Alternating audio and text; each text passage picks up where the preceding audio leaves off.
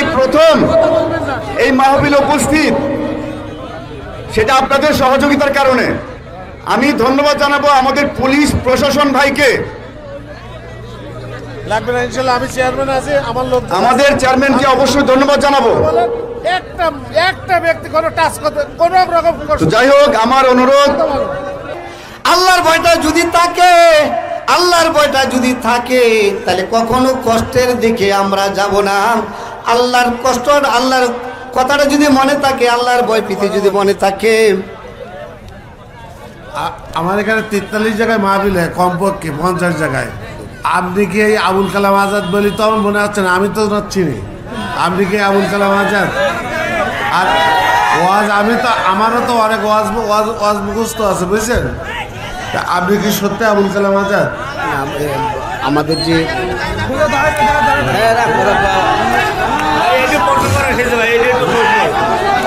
প্রধান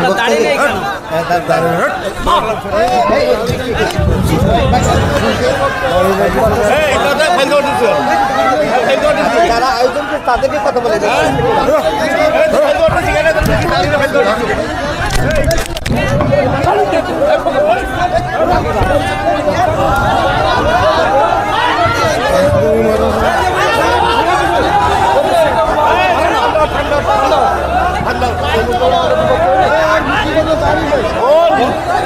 আপনারা বসেন, আমি চেয়ারম্যান বলছি, আপনারা বসেন।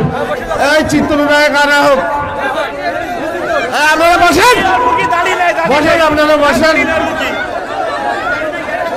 আপনারা বসেন। এই আমি বলছি আপনারা বসেন, চিত্রনায়ক আনা আছে। এই এসছে খালি করো, এসছে খালি করো, শোনো শোনো শোনো, আপনারা বসেন, আমরা চিত্রনায়ক দেখি যাই। অন্তত সারা দাগ আমার সন্দেহ হচ্ছিল, আমি বুঝতে পারছিলাম, তাই না? আমি সারা দাড়ি সরাই না কেন, সরাই না কেন? আল্লাহ মানব জাতিকে সব কিছু মাফ করতে পারেন, কিন্তু নামাজ মাফ করবেন না।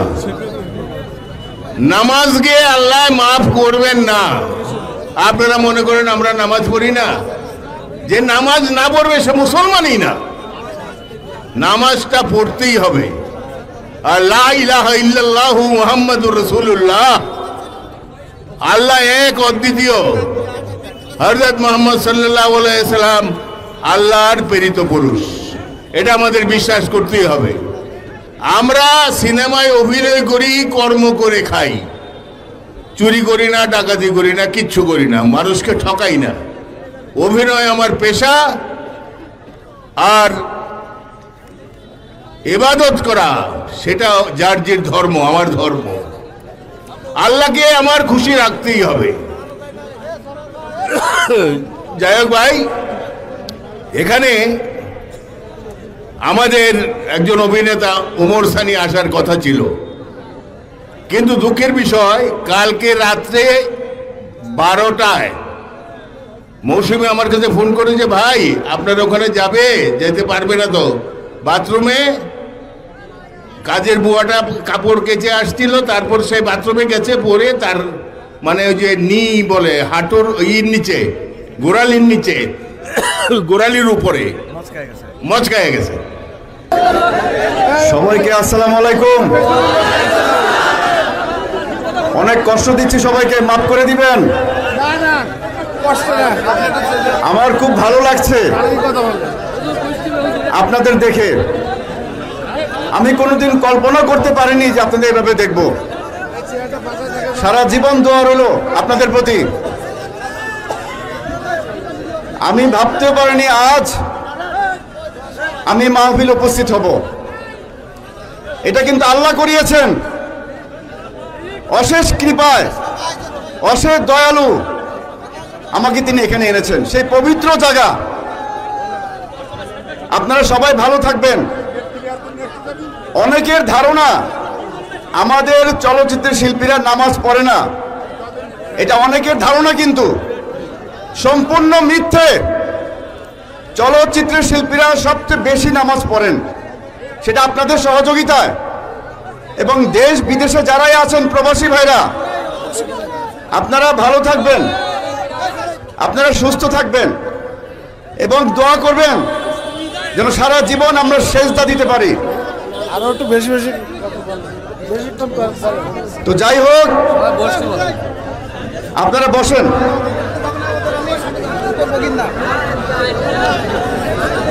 কথা বলেন, তোমার ঠান্ডা হচ্ছে না, কথা বলেন। আপনারা যদি এভাবে চিৎকার করেন, আপনারা কথা বললে আমি কথা বলতে পারবো না। এবং আমাদের ভাইদের অনুরোধ, আমার পেছনে আমার ডানে বামে সম্মানী ব্যক্তিরা রয়ে গেছেন, ওনাদের সবার অনুরোধ আপনারা ভালো থাকবেন এবং চুপচাপ থাকবেন। আমি এক জগতে ছিলাম, আপনাদের দোয়াতে আমি এই জগতে এসেছি। আমাকে যেতে হবে কিন্তু এই জগৎ নিয়েই। ওই জগৎ আমার ক্ষণিকের জগৎ, স্বল্প মাত্র ক্ষণিকের অল্প সময়ের জন্য জগৎ। আমাকে এই জগৎ নিয়ে যেতে হবে, শুধু আমাকে না, পৃথিবীর সব মানুষকে এই জগৎ নিয়ে যেতে হবেই।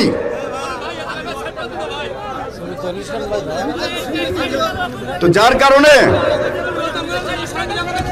আমার ইচ্ছে ছিল আমি আপনাদের সামনে উপস্থিত হওয়া। আল্লাহ আমাকে সেই ইচ্ছেটা পূরণ করিয়েছেন। তো যাই হোক, আমাদের বেশি বেশি করে ঈমান আনতে হবে, আমাদের রোজা রাখতে হবে, হজ করতে হবে, যাকাত দিতে হবে এবং আমার পাশে আরো ভাই রয়ে গেছেন, সেই সাথে আমার বড় ভাই একজন বিখ্যাত অভিনেতা আমির সিরাজি ভাই, উনিও আপনাদের মাঝে আসবেন এবং উনি গতকাল এসেছিলেন, আজকেও আসবেন। তো যাই হোক, আমরা যে যেখানে থাকব, যে অবস্থাতেই থাকব, আমাদের আল্লাহকে আমাদের ডাকতে হবেই। আমি আগে বলেছি, আমাদের কিন্তু এই জগৎ নিয়েই থাকতে হবে। এখন পৃথিবী যত বড়ই মানুষ হোক না কেন, যত বড়ই মানুষ হোক না কেন, এই জগতে আসতেই হবে এবং এই জগৎ নিয়ে আমাদের যেতে হবে। আসার সিরিয়াল আছে, যাবার কিন্তু কোনো ডেট নেই। কেউ বলতে পারবে না আমি কালকে এখন এক্ষুনি চলে যাব। তো যাই হোক, আপনারা সবাই আমার জন্য দোয়া করবেন, আমি যেন বারবার আপনাদের কাছে আসতে পারি এবং সারা জীবন সেজদা দিতে পারি, শুধু আমি বলে না, এবং পৃথিবীর সব মানুষ যেন সেজদা দিতে পারে। আপনারা কি বলেন? আপনারা আমাকে সাহস দিয়েন। আপনাদের কথার উত্তর পাচ্ছি না কিন্তু আমি। যাক, সবাইকে অনেক ধন্যবাদ। তো আমি আগে বলেছি যে আমাদের চলচ্চিত্রের শিল্পীরা সবাই নামাজ পড়েন। নামাজ কিন্তু কেউ দেখায় পড়েন না, আপনারা জানেন না। আমি কি বলবো ভাই আমি নামাজ পড়ছি, আপনি দেখেন? তাহলে আপনারা বা প্রবাসী ভাইরা কিভাবে জানেন যে আমরা চলচ্চিত্রীরা নামাজ পড়ে না? তো যাই হোক, আমি আর বেশি কিছু বলবো না, এমনিতে সবাইকে কষ্ট দিচ্ছি, আমি আবারও মাপ চেয়ে নিচ্ছি। আপনারা খুব ভালো মানুষ এবং সাতক্ষীরার মানুষ আমি জানি অনেক নামাজি হন। আর শেষ একটি কথা বলে নেই,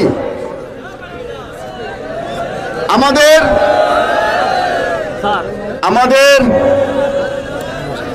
ওমর সানি ভাই অসুস্থ হয়ে গেছেন, উনি পায়ে ব্যথা পেয়েছেন, এই জন্য আমি সবার কাছে ক্ষমা প্রার্থী।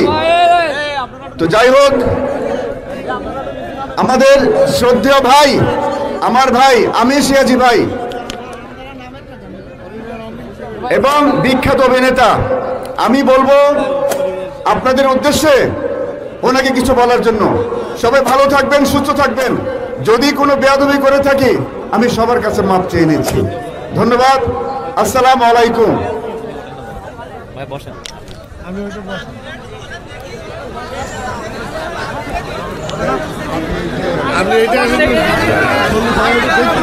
এখানে দুটো মোবাইল আছে, দুটো মোবাইল।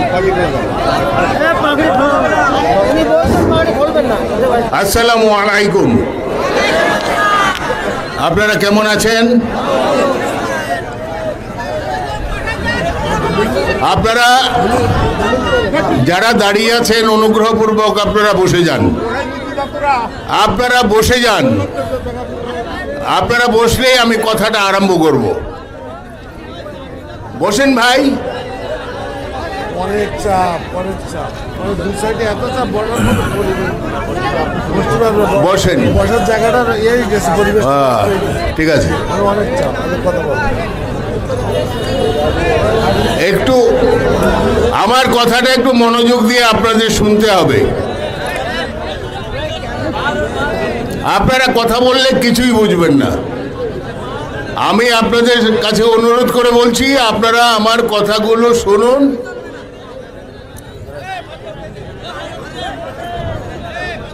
ভাইরা শুনুন, কিছুক্ষণ আগে ঢাকা থেকে আগত একজন বক্তার নাম আবুল কালাম শিপন, নট আজাদ, প্রিন্টিংয়ে ভুল করছে আজাদ। তার সম্বন্ধে আমি আপনাকে কিছুটা কথা বলি। সে একাধারে কথা বলবেন না ভাই, ভিতরে আমার কথাগুলো শুনুন, তারপর যদি আপনাদের কোনো বক্তব্য থাকে সরাসরি বলবেন, আমি আপনাকে উত্তর দেব। সে একাধারে একজন ক্যামেরাম্যান চলচ্চিত্রের জন্য, 2 নম্বর সে একজন মেকআপ ম্যান, 3 নম্বর সে একজন অভিনেতা, 4 নম্বর সে একজন এডিটর, 5 নম্বর সে একজন স্ক্রিপ্ট রাইটার। এরকম ভাবে সে 11টা গুণের অধিকারী। তারপর সে হাফেজ সাহেব। আমাদের ইন্ডাস্ট্রিতে, চলচ্চিত্র জগতে একটি মানুষই আছে যে আমরা কোথাও ওয়াজ শুনতে গেলে কিংবা কোনো মাহফিলে গেলে তাকে নিয়ে যাই, সে সুন্দর সুন্দর কথা বলে, তার মুখের পরিচয় নেই। আমার মতো যেমন আমাকে দেখে আপনারা চিনে ফেলেছেন যে আমি সিরাজি, তার কিন্তু সেই পরিচয়টা নেই। কিন্তু আস্তে আস্তে তার কথাগুলো শুনলে আমার মনে হয় আপনাদের ভালো লাগবে। তাই আপনারা এ নিয়ে কোনো বাগ বিতণ্ডা না করে, যদি ইচ্ছা হয় আপনি তার কথা শুনুন, না হলে কথা শুনবেন না, বাস, শোনার দরকার নেই। আমি বলি, আশা কোনো প্রকারেই সম্ভব নয়। তারপরে রাত্রিবেলায় কি করব, চিল্লাচিল্লি। সে যে গাড়ি ভাড়াটা তার কাছে দিয়ে আসছিলাম, সে গাড়ি ভাড়াটা ফেরত দিছে। এই আপনারা অন্যরকম কিচ্ছু মনে করবেন না। আমরা চেষ্টা করব আগামী বছর যদি আল্লাহ হায়াতে বাঁচিয়ে রাখেন, এর চেয়ে বড় শিল্পী আনার জন্য। জীবজলকে চেষ্টা করব, ইলিয়াস খান চুকনের চেষ্টা করব, আমিন খান আছে, তারাও ইনশাআল্লাহ আপনাদের এখানে আসবে, যদি আপনারা শৃঙ্খলার সহিত আমাদের কথাগুলি শোনেন। ধন্যবাদ আপনাদের। বক্তারা আছে, ওনাদের কথা শুনুন। তারপরে এই আমার ছোট ভাই হিরো অসংখ্য ছবিতে অভিনয় করেছে, আমার ছেলের, আমার ভাইয়ের, ওনার 2-4টা কথা শুনুন, আপনাদের ভালো লাগবে। ধন্যবাদ আপনাদের।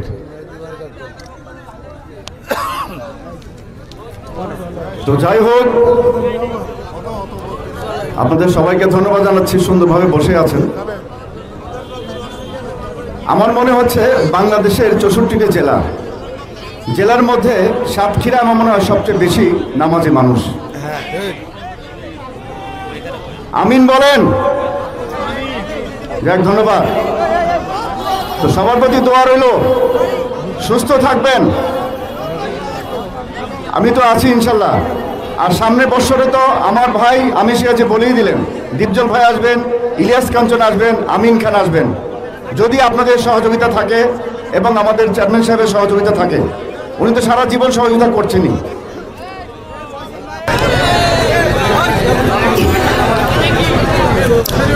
أعوذ بالله من الشيطان الرجيم بسم الله الرحمن الرحيم قد قصير ما جينا قد كذبوا بلقاء الله وما كانوا مهتدين فنزلوا الذين لا يرجون لقاءنا في طغيان يعمهون من لم يعرف إيمان جماني فقد متى جاهليا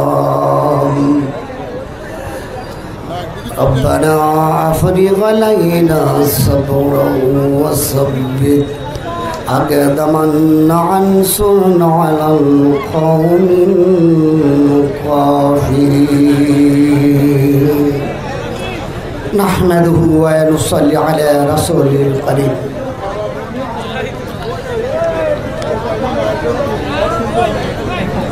সম্মানিত উপস্থিত মুসলিম কারাম ধর্মপ্রাণ মুসলিমগণ আল্লাহ রাসূলের প্রেমিক পদ্মার আড়ালে মা বোনেরা যে যেখান থেকে এই মাইকের আওয়াজ শুনতেছেন সবাই আমার সালাম গ্রহণ করুন। আসসালামু আলাইকুম ওয়া রাহমাতুল্লাহি ওয়া বারাকাতুহু।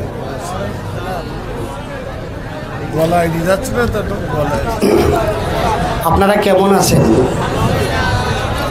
একটু জোরে আওয়াজ করে বলি, আপনারা কেমন আছেন? ভালো আছি। লাখো কোটি শুকরিয়া তাবারক তাআলা মহান ইজ্জতের দরবারে আজ এই বহির্বিশ্বে করোনা ক্লান্তি লগ্নে আমাদেরকে সুস্থ রেখে এই পবিত্র ইসলামিক মাহফিলে আমাদেরকে আসার বসার এবং কথা বলার শোনার সুযোগ করে দিয়েছেন। এটা কি আমাদের ভাগ্যর সবচেয়ে ভাগ্যের একটা পুরস্কার নয়? এই পুরস্কার নয়? এই সময়টার মধ্যে অনেক ভাই বোনেরা আছে হাসপাতালে, অনেক আছেন খুব কঠিন ক্লান্তি, খুব কঠিন অসুস্থ অবস্থা। এই অবস্থার পরিপ্রেক্ষিতে থেকে আমাদেরকে মুক্ত করে আল্লাহ এই জান্নাতের বাগানে আসার সুযোগ করে দিয়েছেন। এই জন্য শুকরিয়া আদায় করা উচিত না? উচিত কি না? এই জন্য জুড়ে জুড়ে বলি আলহামদুলিল্লাহ। আমরা মহান মালিকের গোলাম। কার গোলাম? মহান মালিকের গোলাম। আমরা আজকে সেই মহান মালিক নিয়ে, মহান মালিক সম্বন্ধে আজকে আমরা আলোচনা করব। আশা করি সবাই ধৈর্য সহকারে আলোচনাগুলি আমরা শুনবো এবং বুঝবো। সময় দীর্ঘায়িত করব না, খুব অল্প সময়ের মধ্যে আমরা ইনশাল্লাহ মাহফিল শেষ করব। উপস্থিত শুরু হইল না, শেষ করে দেবেন। উপস্থিত প্রধান সভাপতি এবং প্রধান অতিথি জনাব আলহাজ নজরুল ইসলাম, চেয়ারম্যান জেলা পরিষদ সাতক্ষীরা, সাধারণ সম্পাদক বাংলাদেশ আওয়ামী লীগ সাতক্ষীরা জেলা শাখা, বিশেষ অতিথিবৃন্দ জনাব শেখ মনিরুল ইসলাম মাসুম, মনিরুল হোসেন মাসুম, সাংগঠনিক সম্পাদক বাংলাদেশ আওয়ামী লীগ সাতক্ষীরা সদর উপজেলা শাখা, এবং আমাদের মাঝে উপস্থিত আছেন চলচ্চিত্র অভিনেতা আমির সিরাজি এবং চলচ্চিত্র নায়ক মেহেদি হাসান। আরও যারা অবস্থিত আছেন সবাইকে এই অনুষ্ঠানের পক্ষ থেকে আন্তরিক ধন্যবাদ জানাচ্ছি। সিলসিলায় ফুরফুরা শরীফ 25তম বার্ষিকী স্মরণে আজকের এই মাহফিল। যাই হোক, আমরা এখন সময় বেশি নষ্ট না করে মূল আলোচনা পর্বে চলে যাই। আমি শুরুতেই বলছিলাম মহান আল্লাহকে নিয়ে আলোচনা করব। কাকে নিয়ে আলোচনা করবো? একটু আওয়াজ করে বলি ভাই, মহান মালিক নিয়ে আলোচনা। আমাদের মালিক কয়জন? এমন তো নয় আমার মালিক একজন, আপনাদের মালিক আরেকজন। যারা উপস্থিত আছে তাদের মালিক একজন, যারা উপস্থিত নাই তাদের মালিক আরেকজন, এরকম না। যারা উপস্থিত আছেন তাদেরও মালিক যিনি, যারা উপস্থিত নাই তাদেরও মালিকও তিনি। এটা এমন একটি মাহফিল, এটার নাম হচ্ছে, এটা একটা অনুষ্ঠান, কিন্তু এই অনুষ্ঠান ইসলামিক ভাষা বলে মাহফিল। কি অনুষ্ঠান এটা? মাহফিল। এটা আমাদের নাচ গান হবে না, শুধু আমার মহান মালিকের শানে আলোচনা হবে, ঠিক কি না? এখন আমরা মহান মালিক সম্বন্ধে আমরা প্রত্যেকেই অনেক কিছু জানি, জানার মাঝেও অনেক কিছু ব্যস্কম থাকতে পারে কিনা? আমরা ব্যস্কমে যাব না, যেহেতু আমাদের মালিক একজন, আমাদের আলোচনা হবে একরকম, ঠিক কিনা? আমরা কার গোলাম? এক আল্লাহর গোলাম। আমরা কার গোলাম? এক আল্লাহর গোলাম। আল্লাহ ব্যতীত আমরা কারো গোলামি করি না, করব না। ঠিক রাজি আছেন না নাই? আমরা কাকে দরকার? আমাদের মহান মালিককে দরকার, ঠিক কিনা ভাই? আমরা এক আল্লাহর পক্ষ থেকে আসছি, আল্লাহর কাছ থেকে আসছি, আবার নির্দিষ্ট সময় শেষ হয়ে গেলে আবার আল্লাহর কাছে ফেরত যাব না ভাই? কিন্তু আমরা কেন আসলাম, কি নিয়ে যাব, এটা একটা হিসাব নিকাশ দিতে হবে না? এই হিসাব নিকাশ যাতে দিতে না হয়, এই হিসাব থেকে যাতে মুক্তি পাই, সেই জন্যে আজকের এই মাহফিল, ঠিক কিনা ভাইয়েরা আমার? আল্লাহ পাক বলেন, এ বান্দারে, তুমি যদি আমাকে ভালোবাসতে চাও, আমাকে পেতে চাও, তাহলে আমার রাসূলকে ভালোবাসো। কার কথা বলেছে? আল্লাহ বলেছে, আমাকে যদি পেতে চাও, আমাকে যদি ভালোবাসতে চাও, আমার কথা যদি শুনতে চাও, তাহলে আমার হাবিবকে ভালোবাসো। কার কথা বলেছে ভাই? এমপি সাহেবের কথা বলে নাই, মন্ত্রী সাহেবের কথা বলে নাই, একমাত্র দয়াল রাসূল সাল্লাল্লাহু আলাইহি ওয়াসাল্লাম দেখা হয়। আর এই 50 টাকা বিক্রি করলে আমি আল্লাহকে ভয় করে পানি মিশালাম না, আমার রাসূলের চরিত্রকে ধারণ করার জন্য মিথ্যাবাদী হইলাম না।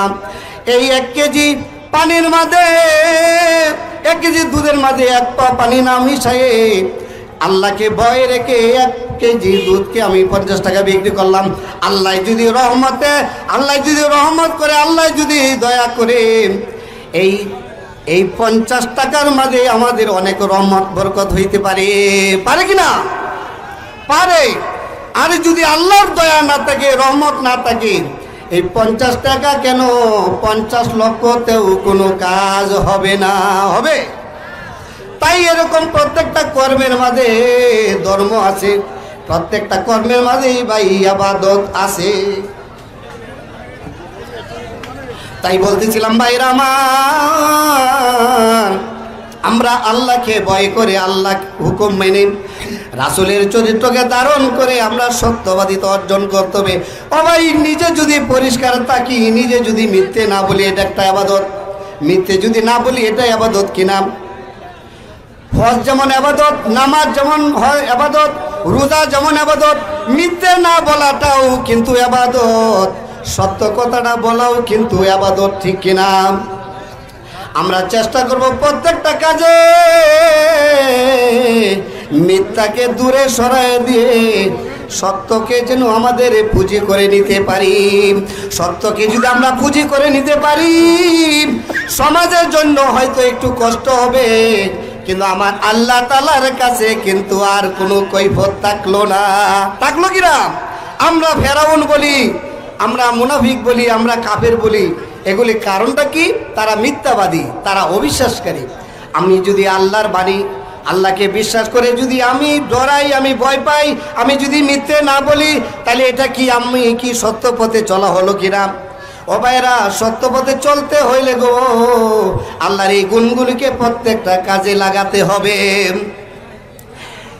এ ভাইরা আমার, আমি বলতেছিলাম, আমরা অনেক ভাইয়েরা আছি, নিজের স্ত্রী সন্তানকে নিয়ে ভালো চলে, কিন্তু বাবা মাকে দেখি না, বাবা মায়ের কষ্টকে বুঝি না। এইটা কি সত্যবাদিতার মাঝে পড়ে? যদি আমার আল্লাহ ভয় থাকে, শুধু আল্লাহর ভয়ের জন্য আমি কখনো বাপ মাকে কষ্ট দিব না।